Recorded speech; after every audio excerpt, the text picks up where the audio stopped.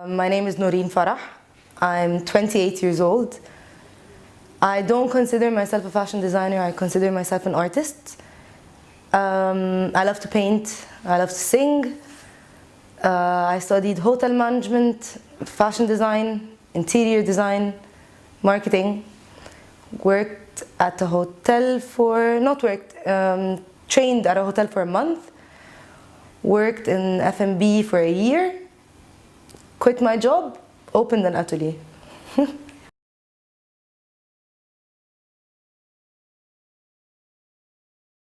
I'd have to say I'm creative in a sense, بس برضو I knew the right people at the right time and I took the right steps to reach where I did, but I also believe in luck and God.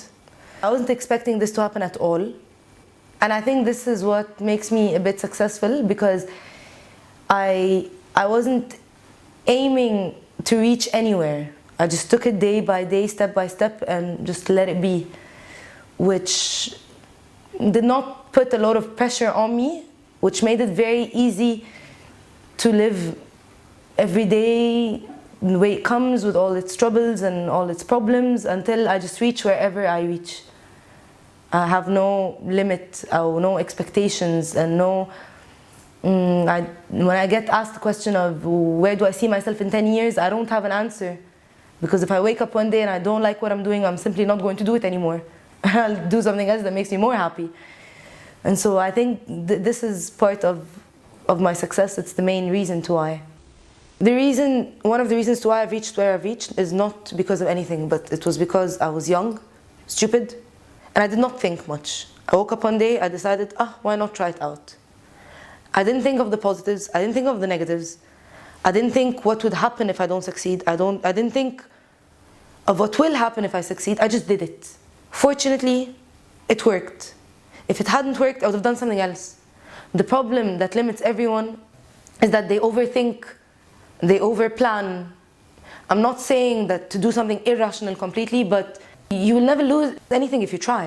And then sometimes it works and sometimes it doesn't work, but you will never know. And the fear of it not working is what limits people of not trying. But what happens if you don't try, you will never know. And so if you have an idea, if you believe that you can do something, just do it. Because that's the only way to know if it would work or not. And this is why I believe it worked out for me, because I didn't think much. If I had known what I know now, I probably wouldn't have done it at all, because it's not easy. But I didn't know, and so I tried, and it worked.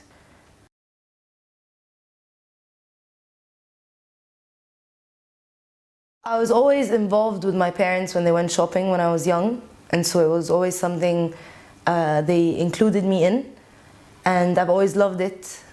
I wanted to do fashion since I was in school, never had the time, wasn't able to do it, and I always wanted to do it at some point, but it wasn't my main calling. I don't think so. Now it is, but it wasn't.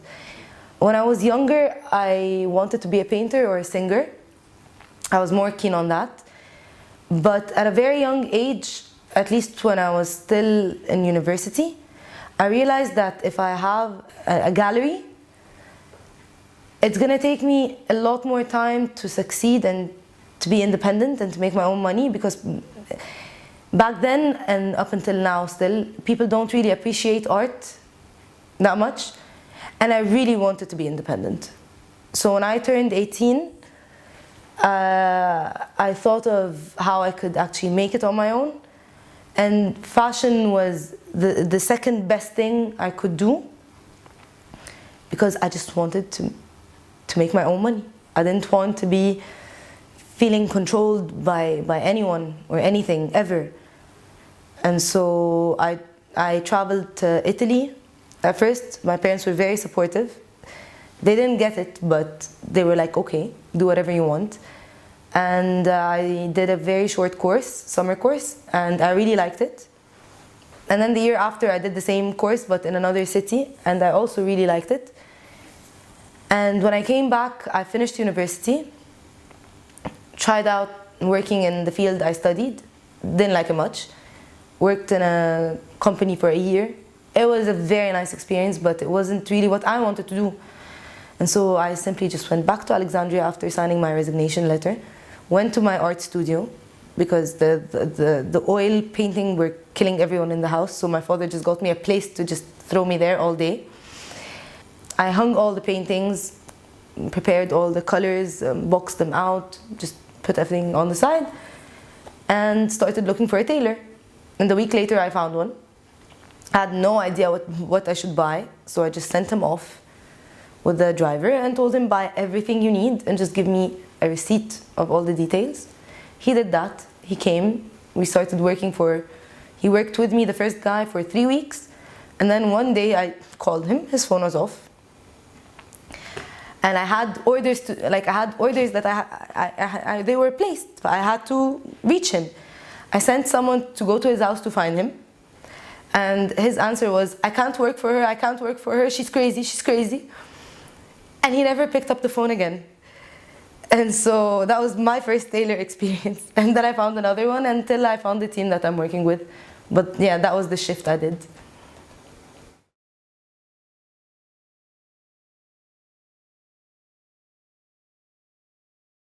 So the thing is, I believe everyone is beautiful. I believe everyone is beautiful. Most people are very beautiful inside and outside. And I don't believe that people wear clothes to make them more beautiful. I believe they are beautiful, but this is something that shows their beauty out. So the girl is wearing the dress is not wearing the girl. Everyone has faults, and I try to do my best to hide those faults and to just beautify them. My style is a bit on the edgier side. Even if the things are pretty, they still have a small little twist. They're sexy, but they're not over the top. If it's closed from the upper part, then it's open from the legs or the back. I believe there's always a balance in every dress I make.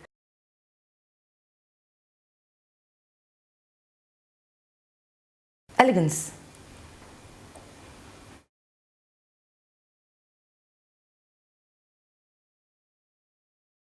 I'm very weird, generally. That's why no two dresses look alike as much, not even the way they feel, or the colors, or the fabrics. I use the same fabrics, but I shift things.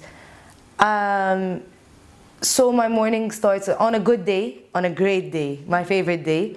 Wake up in the morning, have my coffee, my music in my ears, drink my coffee, and then get up smiling. I go to Salem, the store, and I just sit there.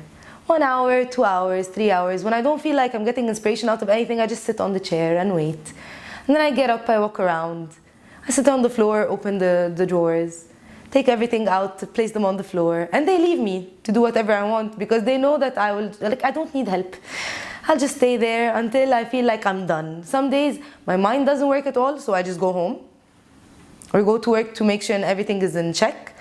And some other days, which is most of the days I go there, they just let me be. And they come and ask me, do you need anything? Oh, I'm fine, that's great. They let me go. Pull out the fabrics from everywhere, place them on the table. And then it's either I feel like I want this, I see it in my mind, or I don't.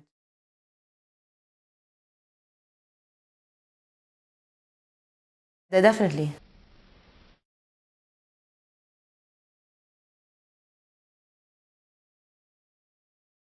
I don't know. Actually, I was just thinking about that yesterday because someone asked me the same question yesterday.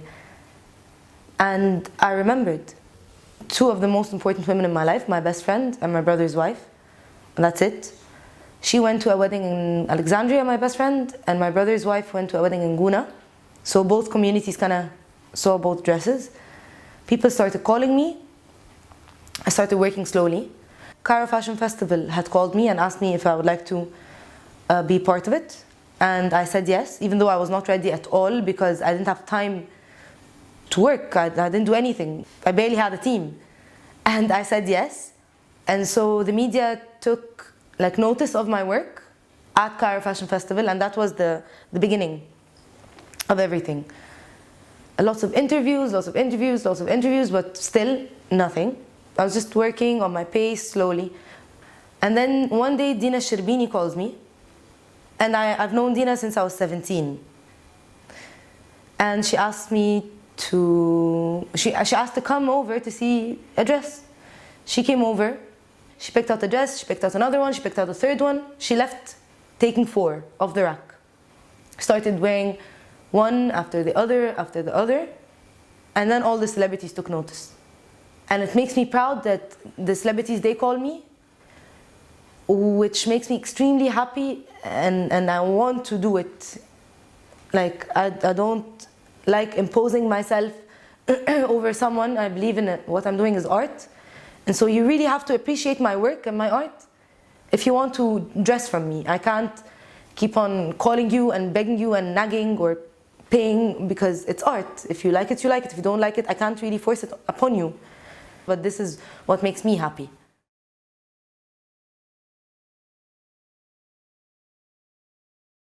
No, my only problem is it happened to me a couple of times, and it's very demeaning and it puts me down, is when someone just sees me and just thinks, oh my God, she's too young, oh, she can't do it. And I see it and I feel it from the first second, but then they still let me go through the hassle of doing the work.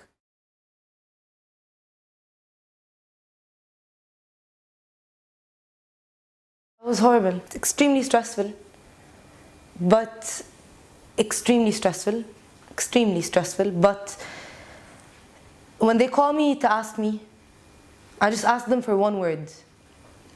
How do you want to feel like? Do you want to feel princessy? Do you want to feel elegant? Do you want to look sexy? How do you want to feel like? How do you see yourself looking like? And I usually get a word. It's either I want red, or I want black, or I want any certain color, or a feeling, or a style. I want to look punk rock, or I want to look elegant.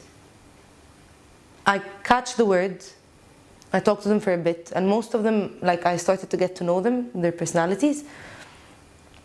And I either tell her, okay, I'll have something done, and they don't have no idea what I'm preparing, or I have the perfect dress for you.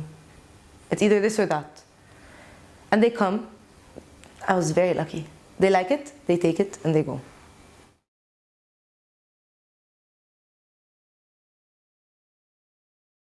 A friend of mine took one of my dresses, and she wasn't a close friend back then, but that situation made us like really close friends. Took one of the most beautiful dresses I've made, bought it, wore it, zipped her zipper, got in the car, reached her destination, was on the other side of the world, came out of the car. She did not zip the dress well, and I had bought the zipper from the States, and it popped. After she tried it on, after she got to the destination, and so she had to get back in the car, drive all the way back to her house, wear another dress, and go back to the wedding, and it was her cousin's wedding. She wanted to kill me. I saw the longest message I've ever seen in my life. But I was just very unlucky. So what I did was I sent someone to pick up the dress the next day, took it back to the atelier, fixed it, wrote her a sorry note and an envelope with the price of the dress, all, put it in the cover and sent it back to her house. That was the worst day and a half of my career.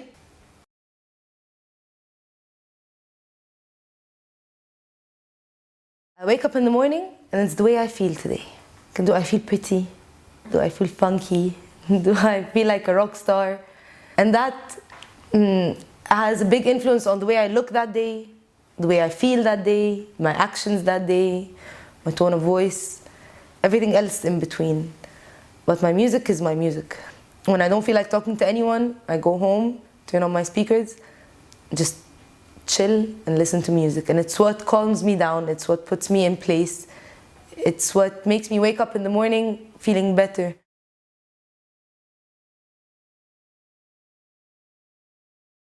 Trance music. My playlist is very random. You'd find in between Damien Rice or Lifehouse or like older things like Boyzone and Boyz II Men and yes, exactly. But then there's always house and deep house and trance.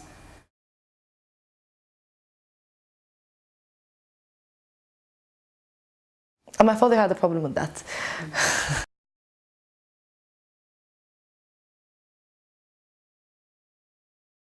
Yes, I believe in everything happens for a reason. Maybe it wasn't my time then, maybe it will never be. And maybe because it would never be, then it'll always be something that's very special to me. And it's not something for everyone else, it's just mine to have.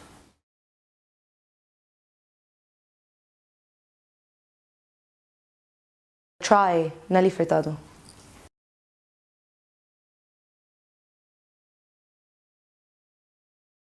My yes is my yes, my no is my no. What I want to do, I do it. What I don't want to do, I apologize. I don't believe in tardiness or being late. I don't believe in cancelling appointments unless there is something miserable that's happening.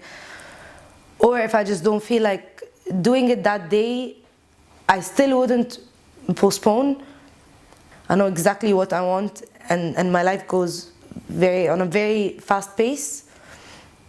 And it's from the beginning, like it's the way you feel. If I don't feel like doing it, I'm simply not going to do it. I respect time more than anything. And this is my life. I'm just like a train, and I don't stop, and I'm just so much, like I wake up in the morning, and if someone is chilling with me, I can't just sit on the couch. And I'm not OCD, but like I just have to be doing something useless with my time. Like just sitting there is just so aimless and useless. It's not adding anything. So I'd be cleaning the kitchen, or making up the room, or doing the laundry, or or watering my plants, or like doing something. So I respect time, and I respect other people's time, and I try to place a lot of things in one day as much as I can. Some days I collapse, of course, but I like to live that way.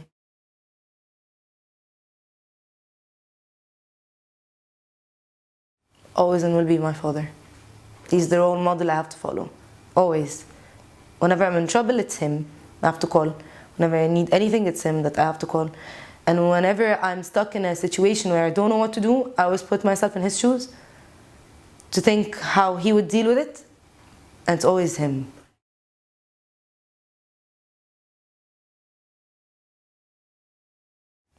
Biggest heart in the world. He knows what he wants. Precise. Giving.